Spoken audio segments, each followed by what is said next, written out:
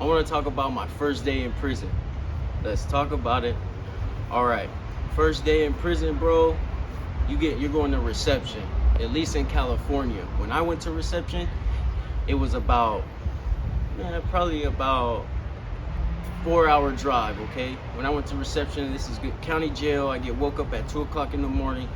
I go in the holding tanks. I'm sitting in the holding tanks, man. And my homeboy used to tell me, he used to be like, look, bro, when you go in there, just don't talk to anybody on your way to prison, okay? Because when you catch the chain in county jail, pretty much, they're gonna put SNYs in there. They're gonna put they're gonna put people in the tank with you that are listening to what you're talking about. They're trying to get information or so on and so forth. Meaning that you don't know who you're gonna be thrown with when you get in there. Because when you walk into the cell, there's always people in there already before you get there.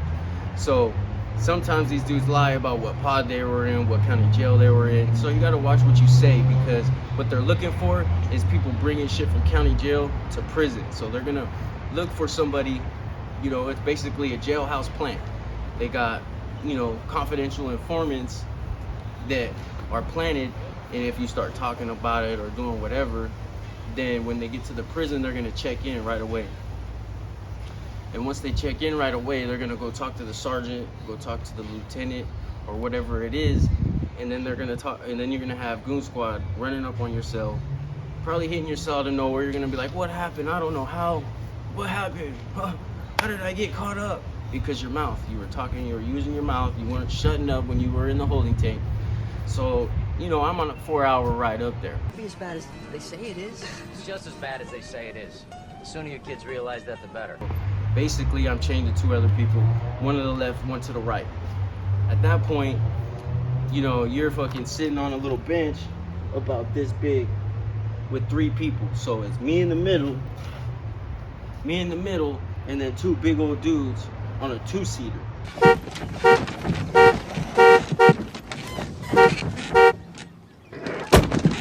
damn it! No, but how many times I got to tell you when you drive my car, don't adjust my seat? 3-seaters are bigger. 3-seaters probably about this big, a little bit shorter than this right here. So it's uncomfortable as fuck all the way up there. So when I get to intake up there, okay, as soon as you come in, strip down, okay? But this is after the dudes check in, all right? This is after we get in the line before we walk into intake R&R, which is in reception, and the lieutenant or sergeant's gonna come out. What the hell was that, you little freckle-faced cartoon?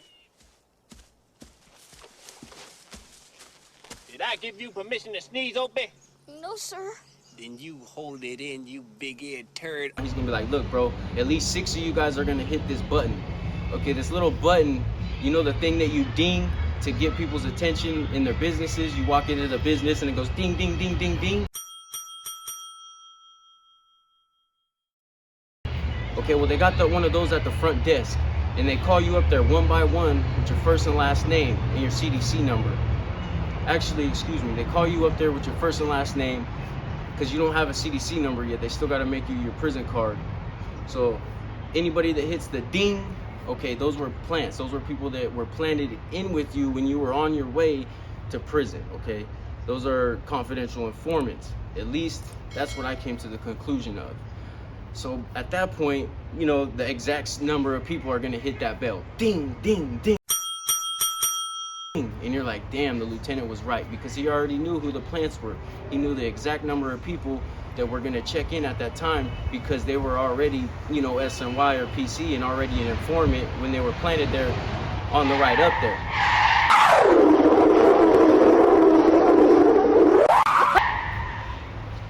So once I get to R&R, I get to reception, okay, it wasn't even the general populations. The SNYs were over in the tank across from me, right? And they're all locked down. All their fucking gates are locked because we're going in and out. We're talking to the nurse. We're getting our flu shots, so on and so forth. So this is a process. They're processing you through intake. So at this point, I don't know what happened. They were gotten into an argument. Hey, girl, you gonna eat your cornbread? Oh, Trevor. Don't say nothing. You talking to me? Anyway, I think it was over a sack lunch. I think I heard something over a sack lunch. But I seen a dude get his head smashed in to the wall. There's a little wall in these holding cells where you go use the bathroom, the toilet. And this dude was sitting down arguing with another dude about a sack lunch. Mind you, everybody's in their boxers. Everybody ain't got no clothes yet. Okay, so I'm walking up to talk to the nurse. And at this time, I'm looking over, and this dude grabs this dude's head and starts smashing it into the concrete. So I'm 18 years old, fresh from county jail, you know, coming off fucking, possibly I would have gotten a life sentence. And I'm glad that I didn't at that point, because that was a big wake-up call. Okay, I'm in prison. And not just that, when you first get there, after everybody checks in with the lady at the front desk, they strip search you. Everybody get down, naked. Okay, so at this point, you're butthole naked, you're being violated, they're gonna look at your butthole. So at this point, I'm just like, dang, you know, a dude's head got smashed in. They're looking at me naked, looking at my butthole, everything, man. And it's humiliating, dude, to be standing there naked like this. You know, especially for 5 to 10 minutes before the sergeant or the lieutenant want to come up and actually strip search everybody. Everybody got to get naked. Then you're sitting there cold, waiting for them to strip search you. Not only that, I felt bad for all the gentlemen that wasn't packing because you know, they had a lot of females running around there that was just whoop, whoop, whoop, couldn't stop moving their heads. But as soon as you get your sack, right, they give you a sack, it's gonna have your cup, clothes, everything in it basically that you need once you get housed. Okay, so you finally get your dress outs, your sizes and all that. You see the nurse, you take your picture for your ID card. You know, you're being processed. It's intake processing. Okay, now I'm going to prison. So basically at this time I had already learned sign language. In county jail, I learned sign language. I was getting ready to go up to the pen. So in reception in California around 2009, in Delano, I went to Delano. I was on B yard in Delano, B1. And I later on got transferred to A yard, okay, which was A4 at the time. Well, when I get to B1, my cellie is an older man, okay? He's an older lifer. He smoked this dude in the house, blew his fucking head off, all right? Some crazy shit, bro. Just because the dude didn't want him living there anymore. Okay, at this point, okay, I'm walking in there, I got my bag, people are yelling, fresh fish, you know, whatever. That whole little thing, it's just like, it's not nothing personal. People just do it. As soon as I walk in and he goes, what cell are you going to? I said, I'm going to 227.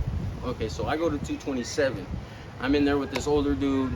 Long story short, these dudes are trying to sign to me. And luckily in county jail, I learned, bro. There was 2 dudes I came with that didn't want to learn sign language, that I was in juvenile hall with to county jail, and they were just stuck as soon as they got there. I was already signing.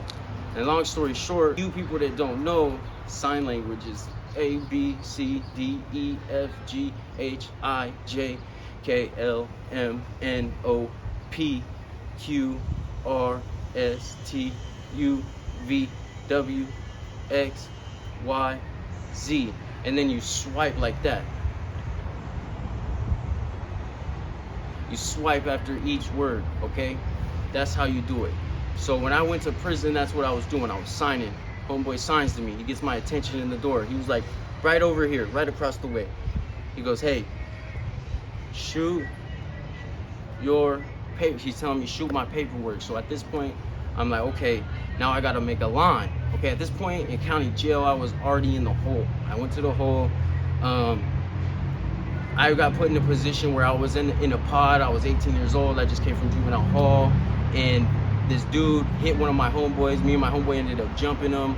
Long story short, I went to the hole, and then I got put in max. So this is where I learned sign language, okay, in county jail. This is Riverside County. This is Southwest, downtown Riverside. All right, at this point, now I'm in the cell, bro. I'm signing to him. I gotta make a line. Making my line. Shitty ass line. I cut the sheets. I didn't even know how to twist line yet. That's how green I was. So I'm making this line, this shitty ass line, bro. You know, and I get the little peanut butter pack, right? Fill it up with soap, fold it over, put a hole through it, put the line through it, tie it. You know what I mean? Put a little piece of staple on the line, so when you shoot out the line, that little staple could catch the other person's line when you pull it back. So, you know, I did my thing, boom. He actually ended up having to get my car because I was a first termer, and I really couldn't fish properly. So at that point, I give him my paperwork. I got the paperwork done. Okay, tomorrow we're coming out for yard. We come out to yard twice a week. So I come out to yard the next day. Everything's good, everything's Gucci, everything's clear. My old cellie moves out. This older dude, he gets sent to upstate. He goes, catches a chain, goes to prison. I get this bug-eyed motherfucker, right? As soon as I got a new cellie, I shit you not, homeboy's asking for me, hey, fish over to me. So I'm like, damn. So I fish over to him. Boom, I get this kite. This kite's talking about to get old boy. He's like, I don't care how you do it. If you gotta make something or just fire on him. Do whatever you gotta do, but this dude's no bueno. At this time, at 18 years old, I'm like, damn, bro. Fuck it. So I fire off on this dude. Bam, bam, bam, bam, bam, bam, bam. Get down. The fucking guards here is in there getting it. Long story short, you know, I ended up having the dude in the headlock, choking him out. Oh, I'm choking him. Oh shit, man, I ain't never dealt with spray. And you know, at that time, after I've been sprayed more and more, it wasn't as effective. I knew what to expect. But at that young of an age, I was like, holy shit, what the fuck? I couldn't breathe, you know, I was hyperventilating. But it is what it is. I had to just thug it out at that point. You know what I mean? I don't have no other words for you other than thug it out. To me, thug is my pride. Not being someone that goes against the law, not being someone that takes, but being someone that has nothing. And that even though I have nothing and there's no home for me to go to, my head is up high. My chest is out, I walk tall, I talk loud, I'm being strong. You know? So they take you, they put you in the cages for a few hours, so you burning up, can't breathe for a few hours before they actually give you a shower. You know what I'm saying? So I get the shower, I go back, bro. That dude's gone. Yeah, I signed a marriage chrono, go back to the yard, went to see medical, nothing was wrong, signed the marriage chrono. I don't know what happened. That dude didn't want to go back to the yard. He had something bad on him to where he knew why he was being attacked, because I wouldn't have just attacked him for no reason. We didn't have no type of argument. He just knew I read that kite, and then from there something happened. So at that point, to me, that was my first official day in jail. Or to me, that was my first official day in prison. You know what I'm saying? Everybody says their first day, this and that. But mine was like my first week. I went on a few different adventures. I seen a few different things, okay? Your first official day is when you realize you're in prison when something crazy happens. You know what I mean? When you see something that's a wake-up call, you're in prison. That's your first day, is when you realize you're in prison.